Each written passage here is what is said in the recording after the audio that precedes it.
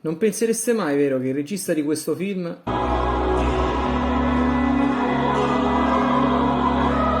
sia sempre poi il regista di quest'altro.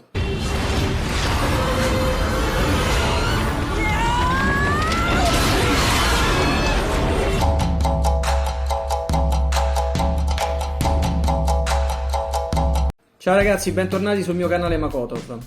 Zhang Yimou è sempre stato un regista molto prolifico, il suo cinema ha toccato sempre punte molto elevate. Nel 1987 ha vinto uno dei premi più ambiti grazie a un capolavoro come Lanterne Rosse e si è divertito, per esempio, in epoca moderna insieme agli americani a lanciare delle frecce a dei bruttissimi mostri fatti in CGI.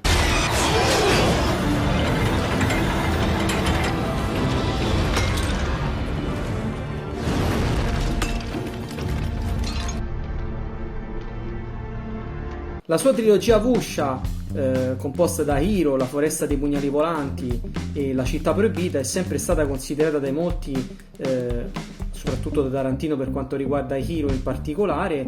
Questi tre film insieme sono sempre stati considerati tra i film Wuxia più belli in epoca moderna, e questo al netto delle opinioni di ognuno di noi. La sua versatilità come regista è sempre stata molto invidiabile, è capace di passare da piccoli melodrammi molto toccanti come nel 2014 con Lettere da uno sconosciuto, e magari in tempi più recenti, nel 2021 precisamente, tornare nel genere bellico con un action come Clive Walkers, e nel frattempo magari qualche anno prima togliersi anche lo sfizio di dirigere la cerimonia delle Olimpiadi di Pechino. Oggi vi parlo in particolare di Shadow del 2018, uno dei suoi ultimi film, non solo perché è un gran bel film con un gusto estetico a cui ci ha sempre abituato se abbiamo visto appunto i suoi film più celebri, ma soprattutto perché segna il ritorno alla regia di un Wuxia da parte del personaggio in questione, ma soprattutto mi offre anche l'occasione per ricordarvi che è appena uscito il Blu-ray in italiano di questo grande film, quindi non perdete altro tempo, andatevelo a recuperare, a comprare,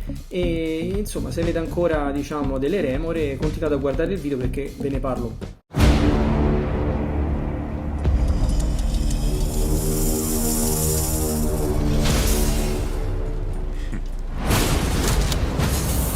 Shadow è interessante anche perché vede, appunto, come dicevamo prima, il ritorno di Zhang Yimou al genere, non solo a quelle atmosfere fantastiche ed avventurose che ricalcano i suoi film più di successo, ma anche perché ritorna ad occuparsi della sceneggiatura, e questa alla fine dei conti fa proprio la differenza. Grazie a questa peculiarità il film raggiunge un equilibrio molto interessante tra l'estetica sontuosa di un dipinto cinese che prende forma e una storia molto molto accattivante. Prendendo spunto dal romanzo dei Tre Regni, Shadow racconta di alcuni ufficiali di alto rango che nell'antica Cina addestravano dei sosia presi tra i cittadini comuni per sostituirli in caso di necessità. Una città molto importante dal punto di vista strategico viene conquistata e nel palazzo reale lo sgomento dilaga. Jing, il protagonista, viene scelto per sostituire un importante generale e tra intrighi di palazzo e un duello cruciale Jing dovrà destreggiarsi senza farsi scoprire dal re. Zhang Yimou si muove molto bene con la tensione del racconto, la minaccia bellica, le responsabilità di un uomo qualunque e la caratterizzazione di un trio molto particolare formato da un generale ormai indebolito e il suo sosia che passa molto tempo con sua moglie ormai di fatto, sostituendolo e gettandolo nell'insicurezza più totale. Accennavamo prima all'estetica e alla ricercatezza delle immagini virate sul grigio e il nero. La produzione è stata molto attenta riguardo questa particolarità, creando ogni costume e oggetto di scena possibilmente in bianco e nero, proprio per dare la sensazione di un quadro della pittura ad olio cinese che prende vita. Anche la pioggia è un fattore essenziale e molto affascinante del film, tanto che alcune scene sono state girate con pioggia reale, senza ritoccare troppo alcune cromature in post-produzione.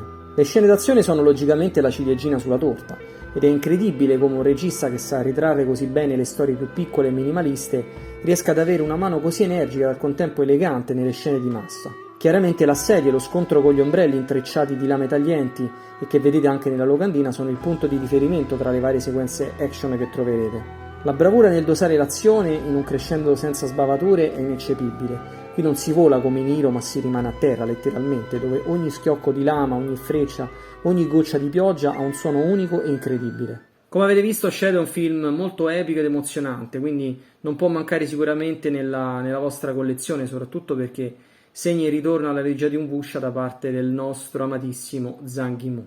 Quindi io ve lo ricordo ancora, eccolo qui, la versione in italiano, compratelo perché costa veramente una sciocchezza. Non ci sono gli extra purtroppo, però come sempre ci dobbiamo accontentare. Fatemi sapere nella sezione commenti che ne pensate qui in basso, vi lascio nella descrizione del video i miei riferimenti social, Instagram in particolare se mi volete seguire anche lì. Iscrivetevi al canale Makotov se non l'avete ancora fatto e noi ci rivediamo al prossimo video. Ciao!